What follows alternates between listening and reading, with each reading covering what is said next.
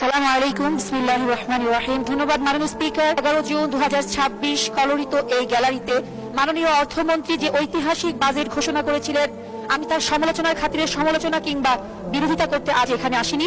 এসেছি বাজেট সম্পর্কে আমার অজানা কিছু তথ্য জানার অধিকার নিয়ে।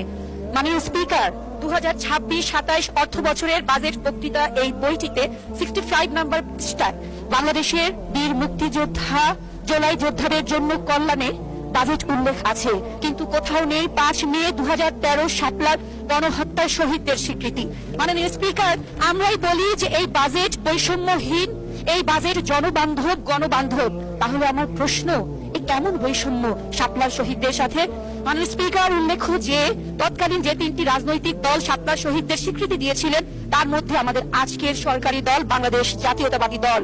আরো উল্লেখ্য যে অন্তর্বর্তীকালীন সরকারের সময় স্থানীয় সরকার প্রকল্প তাদের বাজেট থেকে জুলাই যোদ্ধাদের সাথে 18 অক্টোবর 2025 শাপলার শহীদদের কয়েকটি পরিবারকে এককালীন অনুদান দেওয়ার কার্যক্রম শুরু করেছিলেন।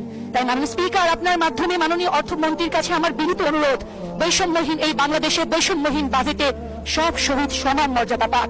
মাননীয় স্পিকার, এখন আমি চলে যাব টেক্সটাইল ইঞ্জিনিয়ার হিসেবে ব্যবসা বান্ধব আমাদের বাজেটটিতে। আমার অনেক মাননীয় বিরোধী দলের সংসদ সদস্য বলেছেন আমরা কেউ নাকি টেকনিক্যাল কোনো পয়েন্ট বলিনি, আমি টেকনিক্যাল একটি পয়েন্টই বলছি।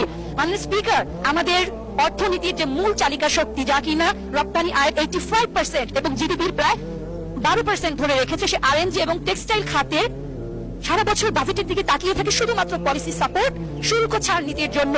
কিন্তু এই অর্থ বছরের বাজেটে সবচেয়ে বড় টেকনিক্যাল যেটা সংশোধন সৃষ্টি করেছে, চেঞ্জটা, তা হচ্ছে বন্ড লাইসেন্স ছাড়া শুল্ক মুক্ত কাঁচামাল আমদানির সুযোগ বাড়ানো। এমনকি 30% যে ভ্যালু এডিশনের শর্ত ছিল, তাও পুরোপুরি তুলে দেওয়ার প্রস্তাব এসেছে। মাননীয় স্পিকার, আপনার মাধ্যমে আমি মাননীয় অর্থমন্ত্রীর কাছে জানতে চাচ্ছি, এই সিদ্ধান্তের ফলে আমাদের উইভিং, স্পিনিং, ডাইং, ফিনিশিং এবং অন্যান্য ব্যাকওয়ার্ড লিঙ্কেজ যে শিল্পগুলি আছে, তা কিভাবে টিকে থাকবে? হাজার হাজার শ্রমিকের কর্মসংস্থানের দায়িত্বই বা কে নেবে? মাননীয় স্পিকার, এখন আমি চলে যাব মাদক দ্রব্যের বিরুদ্ধে আমাদের এই বাজেটের দিকে। আপনার অনুমতি নিয়ে আমি পর্যালোচনা করতে চাচ্ছি। বাংলাদেশ টোব্যাকো কন্ট্রোল অ্যাডভোকেটস এই সংগঠনটির দেওয়া তথ্য অনুযায়ী তারা দীর্ঘদিন ধরে, জনস্বাস্থ্য বিশেষজ্ঞরা দীর্ঘদিন ধরে তামাকজাত, নিকোটিনজাত এসব দ্রব্য নিষিদ্ধের দাবি জানিয়ে এসেছেন, কিন্তু বর্তমান অর্থ বছরের বাজেটে সেই দাবি প্রত্যাহার করে এসব পণ্যকে করের আওতায় এনে কার্যত বাজারে এর বৈধতা সৃষ্টি করা হয়েছে। মাননীয় স্পিকার, সিগারেটের দাম বেড়েছে সত্য কথা, কিন্তু তার চেয়ে বড় সত্য কথা, 75% সিগারেট বাংলাদেশের নিম্ন স্তরের মূল্যের বাজারে সৃষ্টি হয়, যেখানে দাম বেড়েছে মাত্র 2 টাকা। এই মূল্যস্ফীতির প্রেক্ষাপটে এই বৃদ্ধিটা আমাদের নতুন প্রজন্মকে ধূমপানে কতটা নিরুৎসাহিত করতে হবে, তাকে সত্যি ভাববার বিষয় নয়। মাননীয় স্পিকার, এখন আমি চলে যাব একটু শিক্ষা খাতে। সময় অনেক কম, যদি মেহেরবানি করে সময় দেন আমি কৃতজ্ঞ থাকবো।